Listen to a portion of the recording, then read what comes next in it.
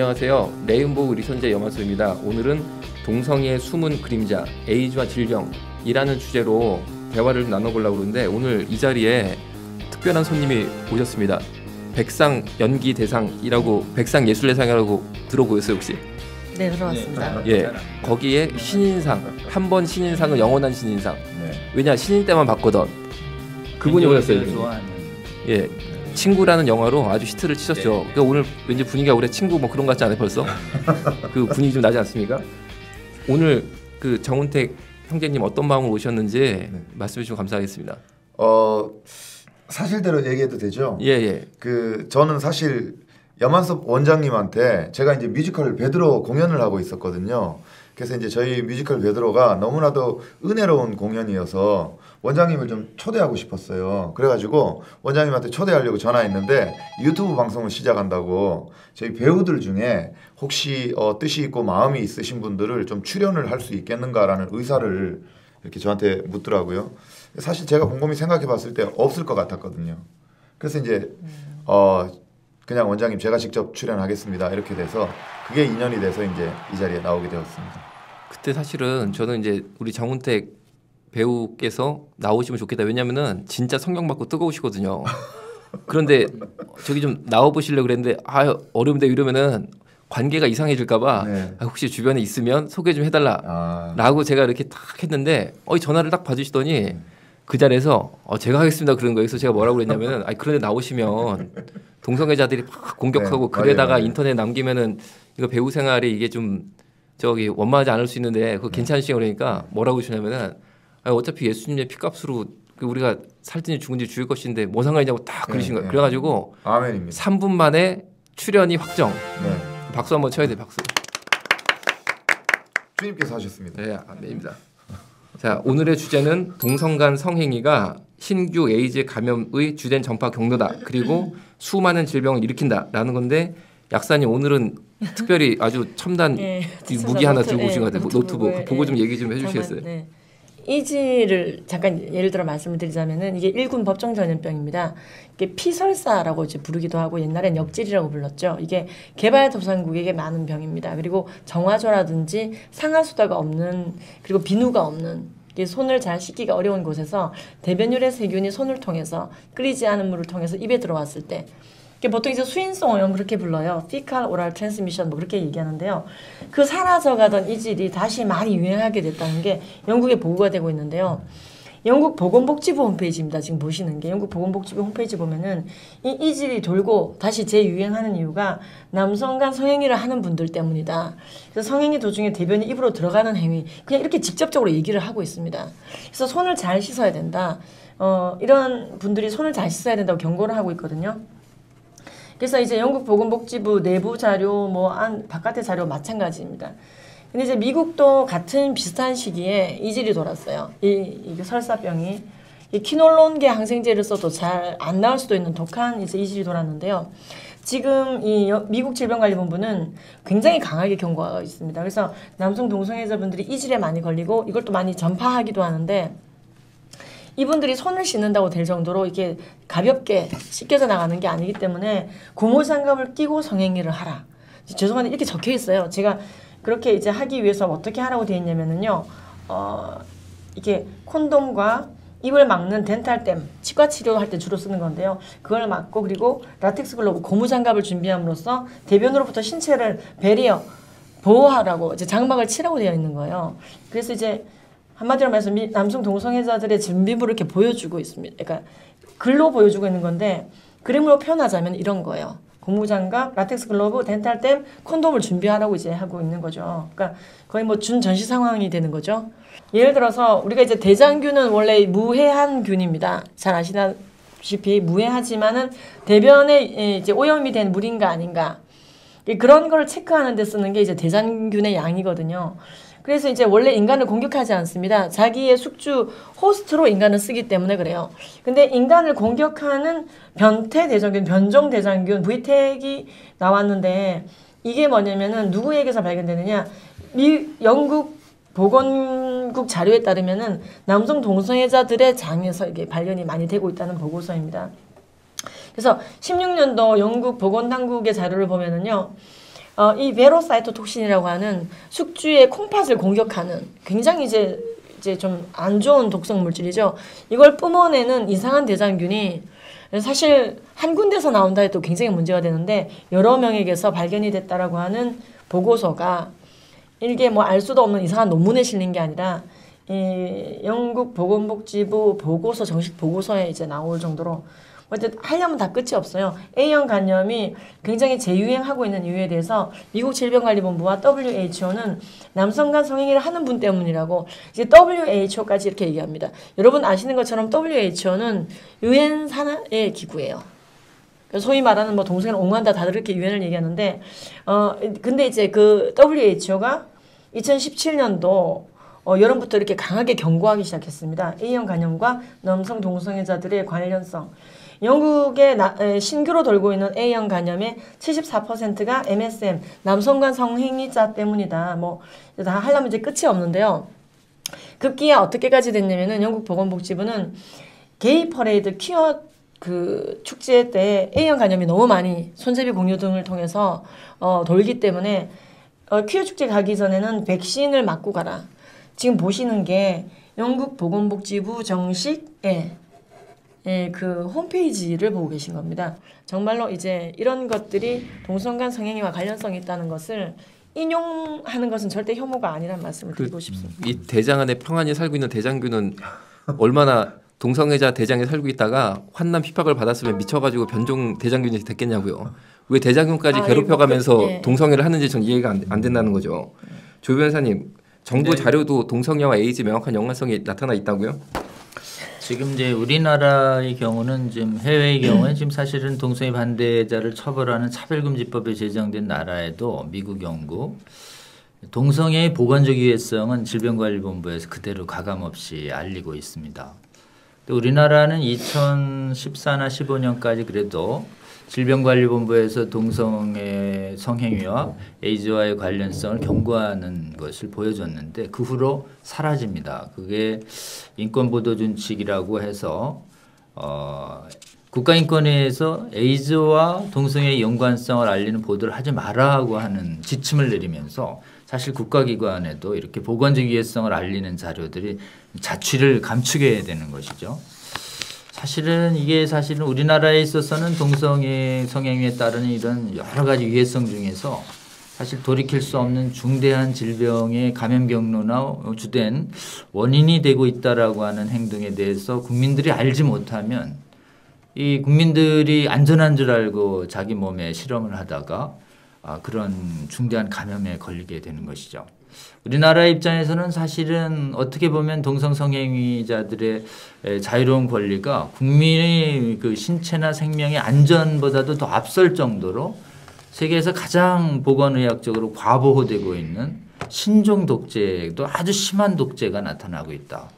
이거는 국민의 알 권리를 침해해서 특히 분별력이 약한 국민들로 하여금 동성 성행위에 대한 경각심 없이 행동하게 함으로써 돌이킬 수 없는 피해를 유발하고 있다. 이런 부분이 있습니다. 그래서 저는 사실은 가장 심각하게 우리가 부활시켜야 하고 국민들에게 알리고 싶은 행동이 뭐냐 하면 동성 성행위에 따르는 이런 보건적 유해성, 적어도 해외의 보건 사이트에서 나오는 정도만이라도 국가기관이 앞장서서 있는 그대로 국민들에게 알려야 한다. 그러지 않으면 지금 세계의 에이즈 감염자 감소 추세와 달리 폭증하고 있는 우리나라의 감염자 추세를 막기 어렵다. 이런 생각을 갖고 있습니다. 예, 우리 정운택 배우님께서 결혼을 아직 안 하셨죠? 예, 저 결혼 아직 안 했습니다. 혹시 뭐 저기 동성애는 아니잖아요. 저 아닙니다. 동성애에 대해서 어떻게 생각하세요?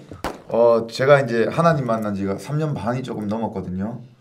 제가 이제 연예계에 있을 때 뭐 동성애 지인들이 많았어요. 그래서 예, 많았어요. 그래서 그 지인이면은 연예인들. 예, 그렇죠. 뭐 홍석천 형도 그렇고. 그래서 사실 그때 입장이면 제가 어떤 입장이었을지 잘 모르겠어요, 지금은. 그러나 제가 이제 하나님 만나고 나니까 하나님께서 분명히 동성애는 죄라고 명백히 성경에 기록을 해놓았더라고요. 그 죄지 않습니까? 그 죄를 죄라고 얘기를 해야 되는데 오늘도 이제 지인분들이 어디 가느냐고 이렇게 묻길래 이거 녹화하러 간다 그랬더니 이제 그분들이 그러더라고요. 너무 깊이 들어가는 거 아니냐. 왜 이렇게 기독교의 세계로요? 그렇지. 아니, 그러니까 신앙생활을 그냥 보편적인 사람들처럼 하면 되지. 왜 너는 유독 그렇게 깊이 들어가느냐? 좀 원색적으로 하느냐? 왜 그리고 위험하지 않느냐 그런 거 동성애에 대한 그렇지, 이런 그렇지. 너의 의견 이런 거 너 연예인으로서 그걸 가가지고 막 그런 거에 공식적인 자리에서 이렇게 너의 의견을 이렇게 밝히고 하는 거는 좀 위험하다 이렇게 얘기를 하더라고요. 그리고 이제 그러는 거예요. 너무 미워하지 마라. 뭐 이런 얘기를 막 하는 거예요. 그래서 제가 그랬죠. 미워하지 않는다. 미워하는 게 아니라 나도 예전에는 참 문제아였지 않습니까? 사실 연예계에서 저 진짜 문제아였거든요. 연예계 대표적인 악동이었고 악의 축이었거든요. 저 술로 또 폭행으로 문제를 대한민국을 한 4번 뒤집었거든요. 제가 4번이나요? 예. 근데 저도 예수님을 만나고 진짜 저 올바로 살고 있거든요. 그래서 약간의 그 폭행, 술 이거와 그 동성애와 약간 좀 틀리지만 저분들도 분명히 동성애는 하나님 예수 그리스도 안에서 분명히 치료될 수 있다라는 거를 전 그거 얘기해주고 싶고 하나님은 나를 사랑해서 나를 정말 새로 태어나게 거듭나게 했듯이 너희들도 정말 예수님 안에서 거듭나서 새로 태어나게 할 수 있다 이거 얘기하러 온 거다. 나 지금 그거 얘기하러 간다. 그렇게 얘기를 했더니 너하고 뭐 얘기하면 머리 아프다고 끊어버리더라고요. 전화를 끊었어요. 예. 그래서 어쨌든 지금 인간관계도 끊을 수 있겠네. 근데 뭐 저는 뭐 그 별로 신경 쓰지 않고 그거 신경 쓸 것 같으면 뭐 제가 이 자리에 앉아 있겠습니까? 그래서 주님이 무서운 거지. 맞아요. 예. 이거 뭐 약간 좀 심각한 문제이긴 하지만 이거 약간 예민한 문제이긴 하지만 지금 정치권에서도 사실 동성애를 굉장히 옹호하고 있잖아요. 그리고 이제 뭐 언론이나 모든 곳에서 이 동성애가 소수 인권이라는 그 명분 아래 뭐 이것도 이제 인정해줘야 되고 그들도 뭐 자유를 그 인권을 누리고 있는 거다. 뭐 이런 거 안에서 다 이제 자꾸 그런 세뇌를 시키니까 연예계에서도 다들 동성애 그러면은 뭐 저희하고 반대적인 입장 아닐까요? 그 이전에 아마 이건 아시는 사건이라고 생각하세요. 하는데 개그맨 중에 유명하셨던 피모님이 계세요. 피모님 그분이 사우나에서 남자 수면실에서 일반인을 성추행하다가 경찰한테 잡혔어요. 그분요? 기억나시죠? 예. 그래서 그 PC가 동성애자가 아니냐 이런 의혹이 굉장히 컸었어요. 네. 그런데 그랬죠. 저는 이제 생각을 합니다. 왜 이분이 유명 연예인인데 그거 그랬다가 다 자기 알아보는 상황이잖아요. 그런 거를 못 참고 쉽게 말하면 못 참고 공공장소에서 찜질방 그 남자 수면실에서 본인의 어떤 이 의지를 제압당한 거죠. 어떤 거에 의해서. 그래서 그런 추행을 하다가 경찰한테 신고가 돼서 잡혀갔느냐. 저는 뭘 느끼냐면은 이 동성애자는 식성이라는 게 있어요. 쉽게 말하면 남자 동성애자가 정확히 말하면 남자를 좋아하는 게 아니에요. 남자 동성애자는 자신의 식성을 좋아합니다. 바꿔 말하면 식성이 아닌 남자는 제가 우리 정운택 배우님이나 조영길 변호사님 보는 거랑 똑같다니까 전혀 관심 없다니까요. 이 얘기는 맞습니다. 예전에 그 제가 연예계에 있을 때 그 뭐 연예인이 너 내 스타일이 아니라 그러더라고요. 식성 그게 식성이거든요. 식성. 너는 안심하래요. 제 스타일이 그렇지. 아니라고. 그러니까 나도 안심. 우리 안전지대. 네네. 이 식성이 뭐냐면은 예를 들면 뚱형이 뭐냐면 뚱뚱한 남자. 그리고 동성애자들이 얼굴은 안 보고 몸매만 봐요. 뚱형은 뚱뚱한 사람 그리고 근육질은 베어형이라고 그래요. 그리고 아저씨 스타일은 꼰대형이라고 그러는데 이런 그 육체의 모습, 체형이 내 식성에 딱 맞는다. 우리로 치면은 이성애자로 말하면 스타일이죠. 그러면은 이성을 잃어버리는 거예요. 그리고 성욕으로 지배를 당해요. 그래서 아마 그 사건의 주인공 선생님도 피님도 뭐 그러려고 갔겠어요. 설마 유명 연예인이 정말 이제 기분 좋게 찜질방 딱 가가지고 좀 피곤하니까 누웠는데 벌써 옆에 식성이 있었던 거야. 그 순간은 이제 지배를 당하는 거죠. 그 성욕에. 그러니까 이거는 절대 인권이나 사랑이 아니다. 이건 정말 이건 정신질환. 그리고 왜냐면 내 자신을 컨트롤 못하니까 그런 시각으로 보는 게 맞지 않냐라는 건데. 이런 건가요? 그 성중독이죠. 성중독 그런 거죠. 이 부분에 집중을 해서 보면은 이거는 성중독이다라는 거를 이제 얘기를 할 수 있을 것 같고 약사님, 청소년 에이즈가 심각하죠? 네. 이제 17년도, 18년도 이제 연이어서 2번 국정감사에 에이즈가 등장할 만큼 굉장히 그리고 청소년 에이즈가 매번 다루어졌습니다. 그 정도로 되게 이제 심각한 게 청소년 에이즈인데요. 지금 80년대를 보면은요, 85년도에 10대가 아무도 에이즈에 걸리지 않았습니다. 그러니까 우리나라 에이즈 1호가 85년도에 확진이 나왔거든요. 2명, 그리고 86년도에는 3명, 87년도에 9명. 그러니까 전 국민 중에서 그러니까 이 내국인 외국인 포함해서 그 정도 확진이 나왔습니다. 그러니까 거의 에이즈 확진이 굉장히 드물었던 나라죠. 근데 청소년을 보면은 85, 86, 87, 88 아무도 에이즈 그러니까 HIV 확진이 안 나왔었어요. 근데 지금 이렇게 됐습니다. 이게 지금 우리나라 그래프예요, 이게. 이게 확 이제 2차 곡선으로 증가하니까 이게 누적 곡선인가 보다 아니요 신규 곡선이요. 신규를 드러내고 있는 거거든요. 그러니까 이게 지금 우리나라에서 10대들이 집중적으로 에이즈가 증가하고 있는 것을 한눈에 보기 좋게 그래프화한 건데 이걸 질병관리본부가 그래프로 그린 게 아니고 질병관리본부는 알아보기도 어렵게 굉장히 자잘한 테이블로 그냥 표로 보여주고 있고요. 그래프화한 것은 이제 시민단체에서 이렇게 건강한 사회를 위한 국민연대에서 이렇게 만들어 놓은 거예요. 지금 이런 걸 이제 국민들에게 잘 제시하지 않고 있다는 말씀을 드리는데요. 지금 이제 여성가족부에서 이제 그 조사를 한 게 있거든요.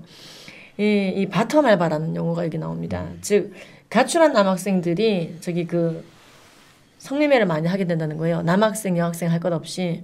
이게 이제 여학생들도 원래 좀 있었습니다. 한 10명 가출하면은 2명 정도는 성매매를 하는 수밖에 없는 그렇게 선택하게 되는. 근데 남학생들도 이제는 성매매를 많이 하는데 남학생들이 하는 성매매를 은어로 바텀 알바라고 한다는 거예요. 바텀. 이 바텀이란 단어는 미국 질병관리본부는 아예 공식적인 용어처럼 써요. 그러니까 남자끼리 성행위할 때 여자 역할을 하는 사람. 그래서 그 여자 역할을 하는 거를 바터밍이라고 표현해요. 남자 역할을 하는 걸 타핑. 근데 이제 우리가 이제 피자에 소스 뿌려 먹는 걸 토핑이라 그러잖아요. 같은 철자를 씁니다.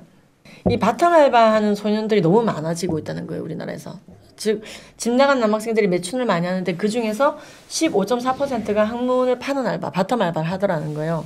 이 용어가 국정감사에서도 이제 등장했던 겁니다. 남자 간의 성행위는 남녀 간의 성행위보다 상처가 나고 찢어지고 터지고 하는 방식을 통해서 피와 피를 통해서 옮기는 질병, 비형간염, C형간염, 에이즈 같은 게 옮길 가능성이 굉장히 높습니다. 근데 이제 그런 위험에 많이 노출되고 있다. 굉장히 이제 충격적인 소식이고 이게 우리나라 소식 맞나 그런 분들이 있는데 맞습니다. 우리나라 소식이에요. 그래서 이런 것에 대해서 우리가 좀 너무 모르고 계시고 한 번은 Y 도시에 있는 보건소에서 연락을 받았는데 이 바텀 알바를 구한다는 스티커가 너무 많이 붙어 있다는 거예요, 도시에서. 그래서 이걸 좀 어떻게 하면 좋겠냐고 저희 협회로 전화가 왔는데 제가 말씀드렸습니다. 일단 보는 족족 뛰시라고. 뛰어야겠군요. 뛰세요. 그래서 빨리 뛰셔야 됩니다. 한 명이라도 연결되기 전에 그런 말씀드렸던 웃지 못할 일이 생기고 있습니다. 예. 조 변호사님, 에이즈 감염자가 증가하면 경제적 손실이 따라서 증가하게 되는데 말씀 좀 부탁드릴게요.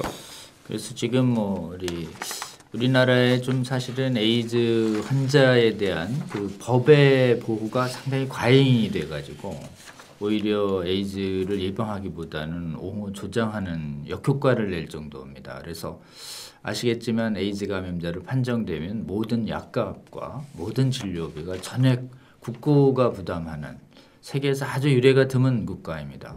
그래서 뭐 국가의 경제 발전을 위해서 이렇게 좀 다쳐도 산재도 일정한 제한이 있고 또 국가 유공자의 경우도 진료의 제한이 있는데 에이즈 환자만은 사실은 가장 강력하게 지금 해서 사실은 에이즈에 감염이 돼도 모든 진료를 국가가 대해준다는 것 때문에 오히려 사실은 좀 위험성에 대한 이런 부분이 간과되고 있는 국가 재정이 사실 심각하게 좀 나가고 있는 것 같습니다. 그래서 실제로는 1인당 뭐 수천만 원에 이른다고 하고 소요 예산만으로 매년 1,000억 이상이 소요된다고 하는데 계속 증가되면 국가 재정의 증가 속도가 상당히 우려스럽지 않을 수가 없습니다. 이런 재정적 손해뿐만 아니라 실제로는 동성 성행위에 따르는 피해는 아까 얘기한 것처럼 치명적인 그러니까 감염병들이 유발되고 특히 치명적인 피해는 성적인 부분의 그 충동을 억제하지 못하는 절제력의 부족 때문에 생기는 성적 문란행위입니다. 도덕적 문란행위.